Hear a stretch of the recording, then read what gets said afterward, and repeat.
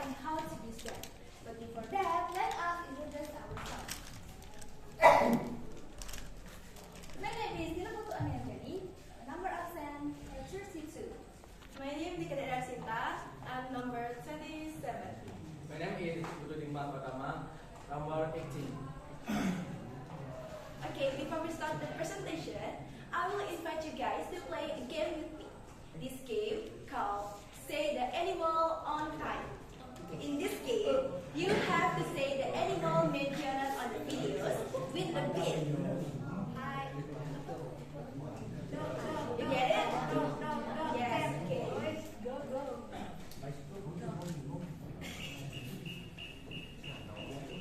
Dog.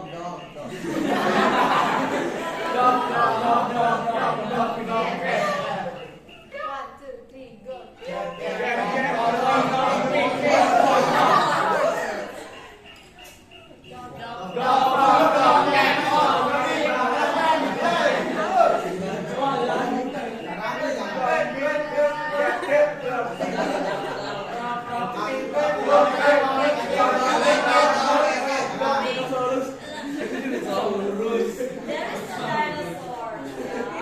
dinosaur. Okay, I have to do it again, guys. Do it again.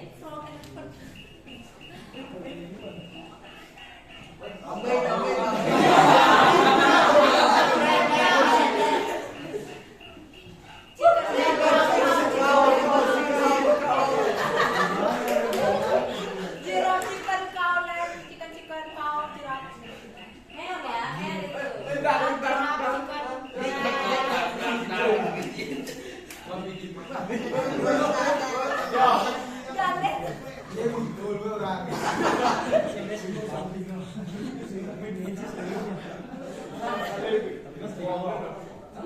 Oke, ya.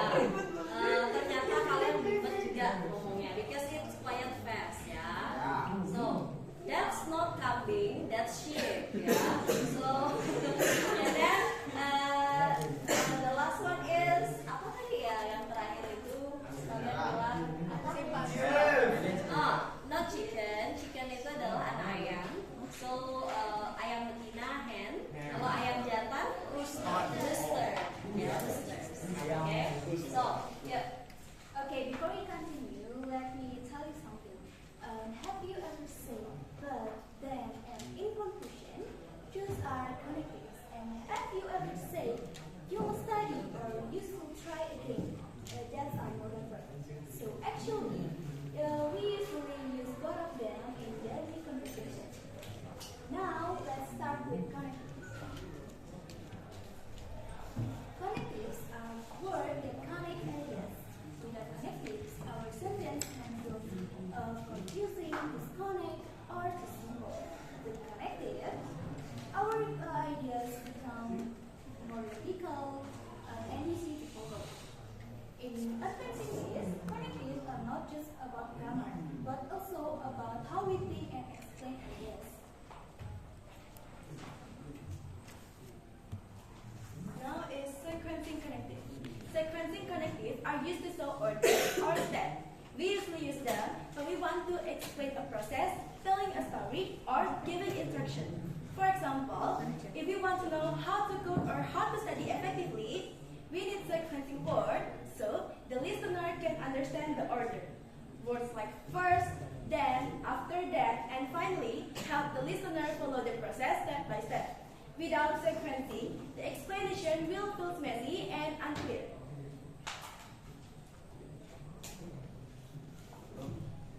Next, we have connectives for adding information. These are used when we want to give extra details that support the same area. Words like also, moreover, furthermore, and in addition are commonly used. In abstract English, words like moreover and furthermore make our writing sound more formal and mature, especially in essays or presentation. Instead of repeating it, we use these connectives to sound more fluent and professional.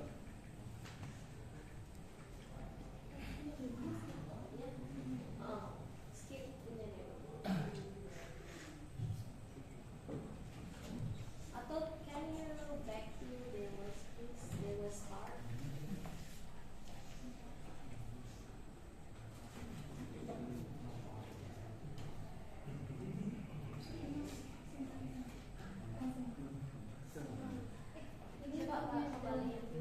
Okay. Here showing contrast. Contrast itu adalah apa? Dari Berlawanan. something that is in contrast or berlawanan in Indonesian. So the common words are but itu kan tetapi, and then however, artinya however itu apa? Namun, ya. Kemudian although, meskipun, on the other hand, di sisi lain, ya. Artinya kalau di satu sisi, di sisi lain, they are talking different topic, ya. Mereka membicarakan sesuatu yang berbeda. That means contrast, ya. Itu berarti sesuatu yang berlawanan. For example, I was tired. Saya capek. However, I kept studying. Namun saya tetap belajar. Saya capek. Itu sesuatu yang dengan tetap belajar itu sesuatu yang berlawanan. So you are going to use some connective of contrast. Okay? We move to the next one. Ya, different or opposite di sana kata kuncinya.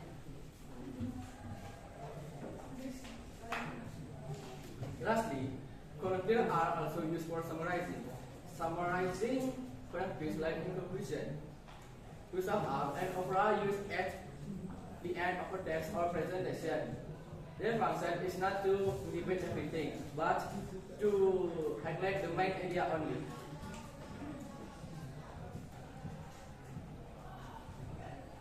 Next, let's understand what is modal verbs. Modal verb is special helping verbs.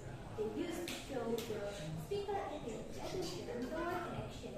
In simple words, modal verbs help us explain ability, possibility, situation, or advice. For example, like can or could, might, will, show, and must. So, modal verbs don't stand alone. They help the main verb and give extra meaning. Okay, the first one is can and could. Can and could are used to talk about ability or permission. Can is usually used for the present, while could is often used to sound more polite or to talk about the past. Using could instead of can make the sentence sounds more respectful, especially when asking for help.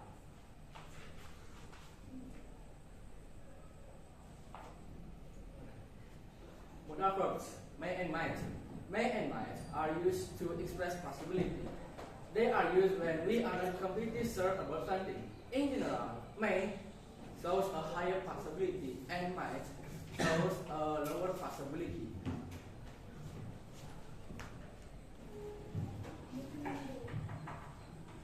Okay. Please take a look here. There are must and have to used to show possibility. Ya, possibility itu adalah kemungkinan.